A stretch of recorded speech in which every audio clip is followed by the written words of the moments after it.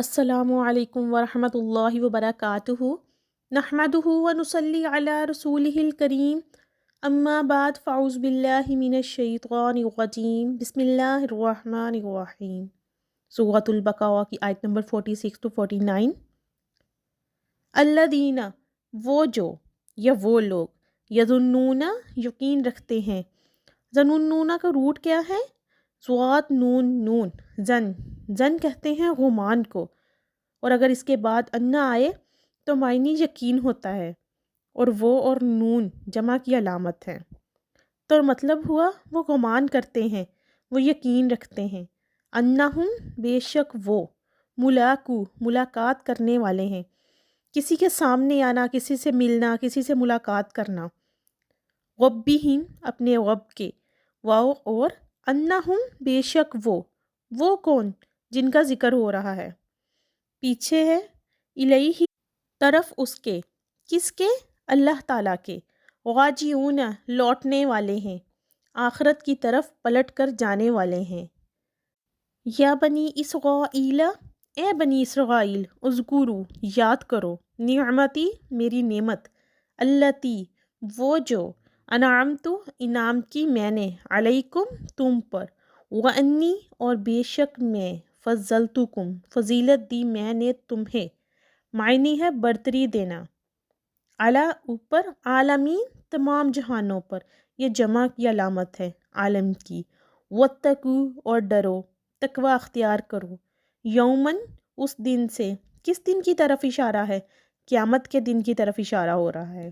لا، نہ، تجزی، نہ کام آئے گا، جیم زا یا جزا، اس کا روٹ ہے۔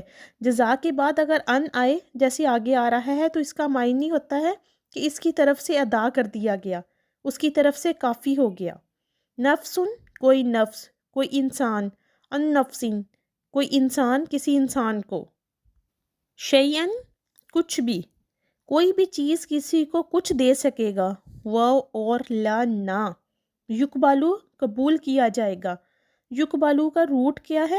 قاف با لام، منہا، اس سے، کس سے؟ نفس سے۔ شفاعتن، کوئی سفارش، شفاعتن کا جو روٹ ہے شین فا عین ہے۔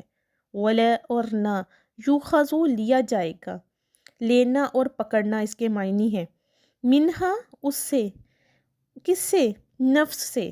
عدلن، کوئی بدلہ، ویسے تو عدلن کا لفظ جو ہوتا ہے وہ انصاف کے لیے آتا ہے، یعنی برابر کے لیے آتا ہے، اس سے مراد معاوضہ بھی ہے، بدلہ کی کوئی چیز۔ ولا، اور نہ، ہم، وہ، ینصرون، مدد کیے جائیں گے، اس کا روٹ ہے نون سوار را، مدد کرنا، کسی کی تکلیف دور کرنے کے لیے اس کے کام آنا۔ وَإِذْ، واو اور از، جب، اس کا معنی ہوتا ہے جب کہ، جیسے، جب، جس وقت، اور عربی میں اس کو ٹرانسلیٹ کیا جاتا ہے اذکروا سے، وہ وقت یاد کرو۔ خطاب بنی اسرائیل سے ہے جو مدینہ میں رہ رہے تھے، ان سے کہا جا رہا ہے کہ تم اپنی ہسٹری اور اپنے پاسٹ کو یاد کرو، جب نجیناکم، نجات دی ہم نے تمہیں، نجات کا معنی ہوتا ہے کسی مصیبت سے چھٹکارا پانا، نجات دی ہم نے تم کو، مطلب کہ تمہارے باپ دادا کو، تمہارے آباء و اجداد کو یاد کرو جب نجات دی ہم نے تم کو، اور نجات کا روٹ نون جیم واو ہے۔ من آل فرعون، من سے، آل فرعون، آل فرعون سے، آل کا مطلب ہوتا ہے فالورز، پیروکار، جماعت کے معنی میں بھی آتا ہے، یعنی جو پارٹی ہو، کسی کی جماعت ہو۔ فرعون مصر کے بادشاہوں کا لقب تھا، ٹائٹل تھا ان کا، نام نہیں تھا کسی ایک بندے کا، اور یہاں کوئی ایک فرعون نہیں، اس کی آل سے مراد لیا جا رہا ہے، اس کی پوری جماعت، پوری قوم۔ یہ فرعون تو تھا ہی ظالم، وہ اکیلا نہیں تھا، اس کے فالورز بھی تھے اس کے ساتھ، اس کے پیروکار تھے اس کے ساتھ۔ یسومونکم، لفظی معنی ہوتا ہے چغانا، چغانا کس کو؟ بکریوں کو، یا خاص طور پر اونٹوں کو، اونٹوں کو چرانے کے معنی میں بھی آتا ہے۔ جب کوئی کسی جانور کو چراتا ہے تو چرنے والے جانور کیا کر رہے ہوتے ہیں؟ کچھ کھا رہے ہوتے ہیں نا، تو کیا معنی ہوا؟ وہ چغاتے تھے تم کو یا چکھاتے تھے تم کو، اور مراد اس سے ہے کہ تکلیف دیتے تھے ان کو۔ سوء، برا، ہر وہ چیز جو انسان کو غم میں مبتلا کر دے، کسی مصیبت میں مبتلا کر دے، وہ سوء ہوتی ہے، بری ہوتی ہے۔ علی عذاب، عذاب کی، یذبحون، ضاد با ہار روٹ ہے، وہ خوب ذبح کرتے تھے، پلاننگ کے ساتھ ذبح کرنا، ابناءکم تمہارے بیٹوں کو، واو اور یستحیون اور وہ زندہ چھوڑ دیتے تھے، اس کا روٹ ہے ہا یا، نساءکم تمہاری عورتوں کو، واو اور فی ذالکم اور اس میں ذا جو ہوتا ہے اسم اشارہ ہے اور کم جمع کے لیے ہے، بلاء اردو میں آزمائش کے طور پر آتا ہے، با لام واو اس کا روٹ ہے، آزمانا، من ربکم تمہارے رب کی طرف سے، رب کون ہوتا ہے؟ خالق، مالک، مدبر، رزاق بھی اسی میں آتا ہے، عظیم بہت بڑی، اس کا روٹ کیا ہے؟ عین صاد میم، تو مطلب کیا ہوا؟ بہت بڑا، بہت بڑی طاقت، الذین یظنون انہم ملاقو ربہم جنہیں یہ یقین ہے کہ وہ اپنے رب سے ملاقات کرنے والے ہیں۔ میں نے شروع میں وبالآخرۃ ھم یوقنون کے ذیل میں توجہ دلائی تھی کہ یہ ایمان بالآخرت ہی ہے جو انسان کو عمل کے میدان میں سیدھا رکھتا ہے، وَأَنَّهُمْ إِلَيْهِ راجعون اور جنہیں یہ یقین ہے کہ بالآخر انہیں اسی کی طرف لوٹ کر جانا ہے، انہیں اسی کے روبرو حاضر ہونا ہے۔ جیسا کہ عرض کیا جا چکا ہے، سورۃ البقرہ کے 5ویں رکوع سے 14ویں رکوع تک، بلکہ 15ویں رکوع کی پہلی 2 آیات بھی شامل کر لیجئے، یہ 10 رکوع اور 2 آیات جو زائد ہیں ان میں، جن میں خطاب کل کا کل بنی اسرائیل سے ہے، البتہ ان میں سے پہلا رکوع دعوت پر مشتمل ہے، جس میں انہیں نبی کریم صلی اللہ علیہ وآلہ وسلم پر ایمان لانے کی پرزور دعوت دی گئی ہے، جبکہ بقیہ 9 رکوع اس فرد قرارداد جرم پر مشتمل ہیں جو بنی اسرائیل پر عائد کی جا رہی ہے کہ ہم نے تمہارے ساتھ یہ احسان و اکرام کیا، تم پر یہ فضل کیا، تم پر یہ کرم کیا، تمہیں یہ حیثیت دی، تمہیں یہ مقام دیا، اور تم نے اس طور سے اپنے اس مشن کی خلاف ورزی کی جو تمہارے سپرد کیا گیا تھا، اور اپنے مقام و مرتبہ کو چھوڑ کر دنیا پرستی کی روش اختیار کی۔ ان 9 رکوعوں میں بنی اسرائیل کی تاریخ کا تو ایک بہت بڑا حصہ اس کے خود و خال یعنی فیچر سمیت آ گیا ہے، لیکن اصل میں یہ امت مسلمہ کے لیے بھی ایک پیشگی تنبیہ کی ہے کہ کوئی مسلمان امت جب بگڑتی ہے تو اس میں یہ اور خرابیاں آ جاتی ہیں۔ چنانچہ اس بارے میں رسول اللہ صلی اللہ علیہ وآلہ وسلم کی حدیث بھی موجود ہیں۔ حضرت عبداللہ رضی اللہ تعالیٰ عنہ کہتے ہیں، رسول اللہ صلی اللہ علیہ وآلہ وسلم نے ارشاد فرمایا، میری امت پر بھی وہ سب حالات وارد ہو کر رہیں گے جو بنی اسرائیل پر آئے تھے، بالکل ایسے جیسے ایک جوتی دوسری جوتی سے مشابہ ہوتی ہے۔ ایک اور دوسری حدیث میں حضرت ابو سعید خدری سے مروی ہے، رسول اللہ صلی اللہ علیہ وآلہ وسلم کا ارشاد نقل ہوا ہے، تم لازماً اپنے سے پہلے کے طور طریقوں کی پیروی کرو گے، یہاں تک کہ اگر وہ گو کے بل میں گھسیں گے تو تم بھی گھس کر رہو گے۔ ہم نے عرض کیا، اے اللہ کے رسول، یہود و نصارہ کی؟ آپ نے فرمایا تو اور کس کی؟ تو گویا اس پورے معاملے میں ہر قدم پر رسول اللہ صلی اللہ علیہ وآلہ وسلم پر ایمان لانے کی دعوت موجود ہے۔ یہ وضاحت اس لیے ضروری ہے کہ اس حصے میں بعض آیات ایسی آئیں گی یا آ گئی ہیں جن سے کچھ لوگوں کو مغالطہ پیدا ہوا یا جن سے کچھ لوگوں نے جان بوجھ کر فتنہ پیدا کیا کہ نجات اخروی کے لیے محمد صلی اللہ علیہ وآلہ وسلم پر ایمان ضروری نہیں ہے۔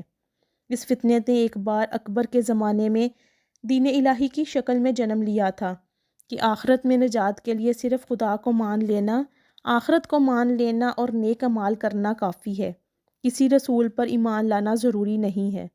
یہ فتنہ صوفیہ میں بھی بہت بڑے پیمانے پر پھیلا، یعنی مسجد میں اور مندر میں ایک ہی نور ہے، سب مذاہب اصل میں ایک ہی ہیں، سارا فرق شریعتوں کا اور عبادات کا ظاہری شکل کا ہے اور وہ رسولوں سے متعلق ہے۔ چنانچہ رسولوں کو بیچ میں سے نکال دیجئے تو دین الہی اللہ کا دین رہ جائے گا۔ یہ ایک بہت بڑا فتنہ تھا جو ہندوستان میں اس وقت اٹھا جب سیاسی اعتبار سے مسلمانوں کا اقتدار چھوٹی یعنی کلائمیکس پر تھا۔ یہ فتنہ جس وقت اس مسلمان حکمران کا اٹھایا ہوا تھا وہ اکبر اعظم اور مغل اعظم کہلاتا تھا۔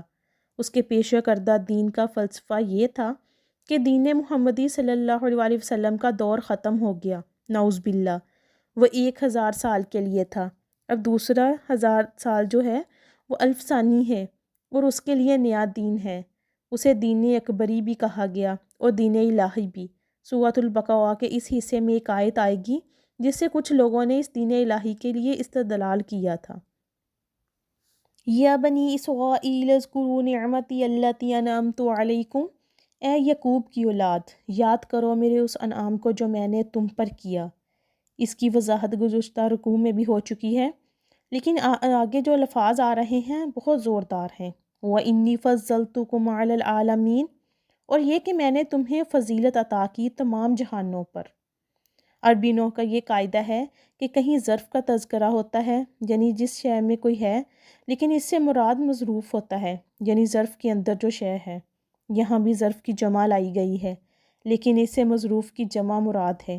تمام جہانوں پر فضیلت سے مراد جہان والوں پر فضیلت ہے، مطلب یہ ہے کہ ہم نے تمہیں تمام اقوام عالم پر فضیلت عطا کی۔ عالم انسانیت کے اندر جتنے بھی مختلف گروہ، نسلیں اور طبقات ہیں ان میں فضیلت عطا کی۔ وَاتَّقُوا يَوْمًا لَا تَجْزِي نَفْسٌ عَن نَفْسٍ شَيْئًا، اور ڈرو اس دن سے کہ جس دن کام نہ آ سکے گی کوئی جان کسی دوسری جان کے کچھ بھی۔ قبل ازیں یہ بات عرض کی جا چکی ہے کہ انسان کے عمل کے اعتبار سے سب سے مؤثر شے ایمان بالآخرت ہے۔ محاسبہ آخرت اگر مستحضر رہے تو انسان سیدھا رہے گا، اور اگر اس میں ضعف آ جائے تو ایمان اللہ اور ایمان رسول بھی نامعلوم کیا کیا شکلیں اختیار کر لیں۔ اس آیت کے اندر 4 اعتبارات سے محاسبہ اخروی پر زور دیا گیا ہے۔ سب سے پہلے فرمایا کہ ڈرو اس دن سے جس دن کوئی جان کسی دوسری جان کے کچھ بھی کام نہ آ سکے گی۔ وَلَا يُقْبَلُ مِنْهَا شَفَاعَةٌ، اور نہ کسی سے کوئی سفارش قبول کی جائے گی۔ وَلَا يُؤْخَذُ مِنْهَا عَدْلٌ، اور نہ کسی سے کوئی فدیہ قبول کیا جائے گا۔ وَلَا هُمْ يُنصَرُونَ، اور نہ انہیں کوئی مدد مل سکے گی۔ ایمان آخرت کے ضمن میں لوگوں نے طرح طرح کے عقیدے گھڑ رکھے ہیں، جن میں شفاعت بالباطلہ کا تصور بھی ہے۔ اہل عرب سمجھتے تھے کہ فرشتے خدا کی بیٹیاں ہیں، انہیں لات، منات اور عزیٰ وغیرہ کے نام تھے، ان کے بت بنا رکھے تھے جنہیں وہ پوجتے تھے، اور یہ عقیدہ رکھتے تھے کہ اللہ کی یہ لاڈلی بیٹیاں ہمیں ابا جان سے چھڑا لیں گی، نعوذ باللہ من ذالک۔ ہمارے ہاں بھی شفاعت باطلہ کا تصور موجود ہے کہ اولیاء اللہ ہمیں چھڑا لیں گے۔ خود رسول اللہ صلی اللہ علیہ وسلم کی شفاعت کے بارے میں غلط تصورات موجود ہیں۔ ایک شفاعت حقہ ہے جو برحق ہے، اس کی وضاحت کا یہ موقع نہیں ہے۔ اسی سورہ مبارکہ میں جب ہم آیت الکرسی کا مطالعہ کریں گے تو انشاءاللہ اس کی وضاحت بھی ہوگی۔ یہ سارے تصورات اور خیالات جو ہم نے گھڑ رکھے ہیں ان کی نفی اس آیت کے اندر 2 ٹوک انداز میں کر دی گئی ہے۔ اس کے بعد اللہ تعالیٰ کی طرف سے بنی اسرائیل پر جو احسانات انعامات ہوئے، ان کی طرف سے جو ناشکریاں ہوئیں، ان کا تذکرہ بڑی تیزی کے ساتھ کیا گیا ہے۔ واضح رہے یہ واقعات کئی 100 برس پر محیط ہیں اور ان کی تفصیل مکی صورتوں میں بھی آ گئی ہے۔ ان واقعات کی سب سے زیادہ تفصیل سورۃ الاعراف میں موجود ہے۔ یہاں پر تو واقعات کا تذکرہ کیا جا رہا ہے جیسے کسی ملزم پر فرد قرارداد جرم عائد کی گئی جاتی ہے، تو اس میں سب کچھ گنوایا جاتا ہے کہ تم نے یہ کیا اور یہ کیا۔ وَإِذْ نَجَّيْنَاكُم مِّنْ آلِ فِرْعَوْنَ، اور ذرا یاد کرو جب کہ ہم نے تمہیں نجات دی تھی فرعون کی قوم سے۔ يَسُومُونَكُمْ سُوءَ الْعَذَابِ، وہ تمہیں بدترین عذاب میں مبتلا کیے ہوئے تھے۔ يُذَبِّحُونَ أَبْنَاءَكُمْ وَيَسْتَحْيُونَ نِسَاءَكُمْ، تمہارے بیٹوں کو ذبح کر ڈالتے تھے، تمہاری عورتوں کو زندہ رکھتے تھے۔ فرعون نے حکم دیا تھا کہ بنی اسرائیل میں جو بھی لڑکا پیدا ہوا اس کو قتل کر دیا جائے اور لڑکیوں کو زندہ رہنے دیا جائے تاکہ ان سے خدمت لی جا سکے اور انہیں لونڈیاں بنایا جا سکے۔ بنی اسرائیل کے ساتھ یہ معاملہ 2 مواقع پر ہوا ہے، اس کی تفصیل انشاءاللہ بعد میں بھی آئے گی۔ وَفِي ذَلِكُمْ بَلَاءٌ مِّن رَبِّكُمْ عَظِيمٌ، اور اس میں تمہارے رب کی طرف سے تمہارے لیے بڑی آزمائش تھی۔ صدق اللہ العظیم۔